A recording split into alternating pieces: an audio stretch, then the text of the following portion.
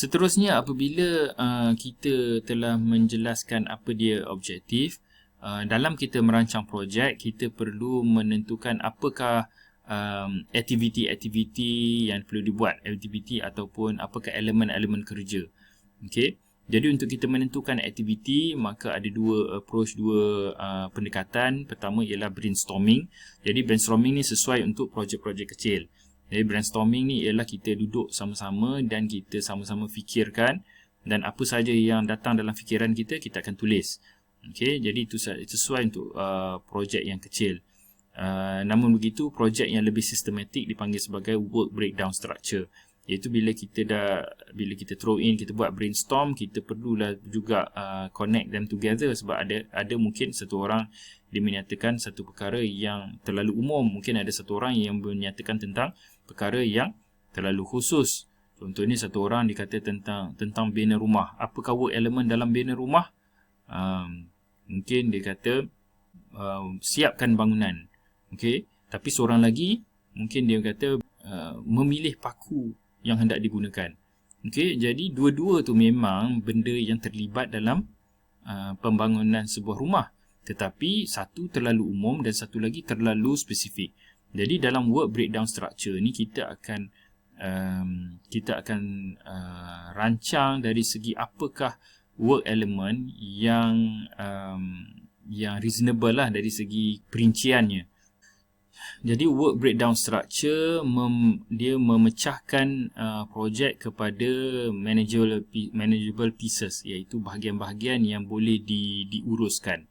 Maknanya kita tidaklah begitu terlalu teliti sehingga kita masukkan dalam work breakdown structure ialah berkenaan dengan pemilihan paku-paku yang kita hendak gunakan. Sebaliknya, kita tidaklah lihat terlalu besar, kan, iaitu penyiapan bangunan rumah, kan, itu terlalu umum. Sebaliknya kita akan pecah-pecah. Kalau terlalu umum, kita akan pecahkan sehinggalah sampai ke tahap yang kita boleh mudah untuk kita uruskan. Dan work breakdown structure ni ialah hierarchical tree of end items. Jadi dia akan tunjukkan end items, iaitu benda-benda perkara-perkara akhir yang hendak disiapkan dan dibuat secara bentuk gambar raja pokok lah. Projek dibahagi-bahagikan kepada work items, kepada bahagian-bahagian kerja, dan item-item kerja ini yang paling rendah sekali dipanggil sebagai work package. Sejauh mana kita nak pergi detail dalam kita punya work breakdown structure ni bergantung kepada tahap yang mana kita boleh berikan satu responsibility, beri tanggungjawab kepada orang-orang atau bahagian-bahagian tertentu, dan juga kita boleh kontrol dia punya bajet dia. Okay? Kalau kita nak perlu pergi sampai terlalu detail sehingga kita dah tak boleh nak lihat dia punya cost, maka itu dah terlalu detail lah. Jadi ini ialah contoh work breakdown structure untuk satu projek. Ini ialah contoh projek pembangunan sistem laporan berasaskan web-based reporting system. Okay, sistem pelaporan berasaskan web. Jadi mungkin perniagaan ini dia nak paparkan penyata kewangannya melalui laman web. Jadi dia laksanakan satu projek. Okay. Jadi daripada satu projek tersebut kita pecahkan kepada 6 bahagian, 6 bahagian utama lah, iaitu project definition, kemudian systems analysis, kemudian system design, kemudian system development, kelima testing, dan keenam implementation.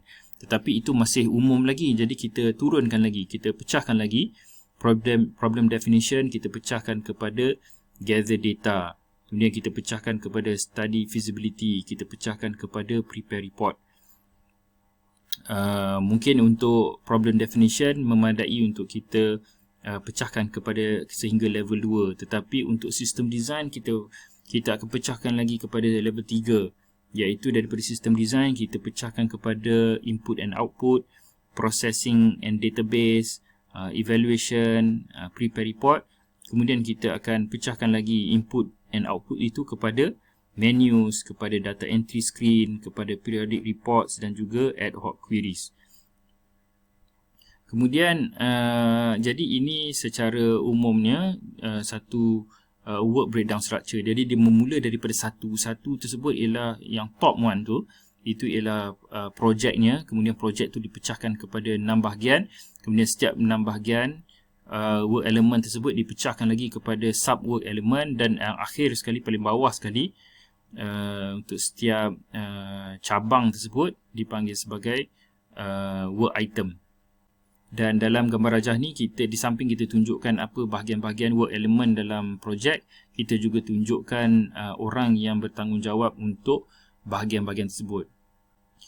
Kemudian selain daripada kita merancang apakah aktiviti ataupun work element yang perlu dibuat, kita juga perlu memberi tanggungjawab kepada orang-orang tertentulah dalam projek, apakah tanggungjawab mereka. Jadi yang ini kita gunakan responsibility matrix, dan responsibility matrix ni boleh ditunjukkan dalam bentuk jadual. Jadi ini contohnya, ini contoh jadual responsibility matrix. Jadi kalau kita lihat dalam jadual ini, sebenarnya work item yang disenaraikan itu ialah work item seperti mana dalam WBS, dalam gambar rajah WBS tadi. Iaitu kita ada WBS item 1 iaitu problem definition, kemudian dia punya sub dia iaitu 1.1 ialah gather data, 1.2 ialah study feasibility dan seterusnya. Dan setiap satu bahagian, setiap satu work item tersebut kita boleh assign kepada orang-orang tertentu dalam projek. Jadi dalam projek ini dia melibatkan 15 orang, dan setiap orang tu akan diberi tanggungjawab untuk bahagian-bahagian tertentu melalui kolom tersebut, dan diassignkan sebagai primary responsibility ataupun support responsibility. Jadi contohnya, untuk projek tersebut secara umumnya diberikan tanggungjawab kepada Beth sebagai primary responsibility. Jadi Beth ni ialah ketua projek. Tetapi Beth ni dia telah agihkan bahagian-bahagian projek ini kan kepada 6 bahagian besar. Contohnya problem definition, dan problem definition ni pun Beth juga yang primary responsibility.